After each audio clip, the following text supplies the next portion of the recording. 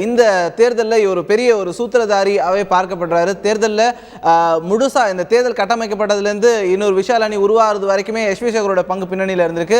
ரஜினிகாந்த் அவர்கள் ஒரு சில கோரிக்கைகள் வச்சிருக்காரு. இது குறித்து இதை நீங்க எப்படி பார்க்குறீங்க திரு எஸ்வி சேகர்? இது அவர் சொன்னது ஒரு நியாயமான ஒரு விஷயம்தான்.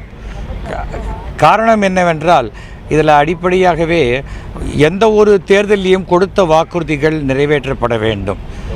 காரணம் அது ஒரு ஒரு ப்ராமிஸ், வெறுமனை ஏமாற்றத்துக்காக கொடுக்கக்கூடிய விஷயம் இல்லை. அந்த மாதிரியாக இருக்கக்கூடிய ஒரு சூழலில் இந்த தமிழ்நாடு நடிகர்கள்னு மாற்றுறதுக்கு உண்டான சாத்தியக்கூறுகள் என்னன்னு பார்க்கணும். ஆனால் அதற்குண்டான முயற்சிகள் கண்டிப்பாக எடுக்கப்படும்.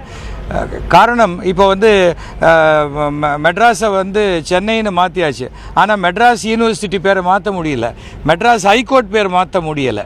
ஆகவே நாம் என்ன பண்ணலாம், தென்னிந்திய நடிகர் சங்கம்னு போட்டால் அதுக்கு கீழே தமிழ்நாடு நடிகர்கள் சங்கம், தமிழ்நாடு நடிகர்கள் சங்கம்னு கூட சேர்த்துக்க முடியும்.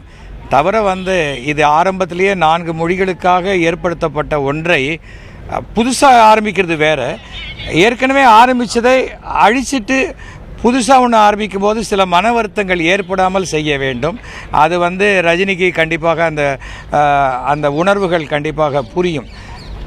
ஆனால் நம்முடைய விஷால், நாசர், கார்த்தி, இந்த பாண்டவர் அணி கொடுத்த வாக்குறுதிகள் நன்றி எஸ்வி சேகர்.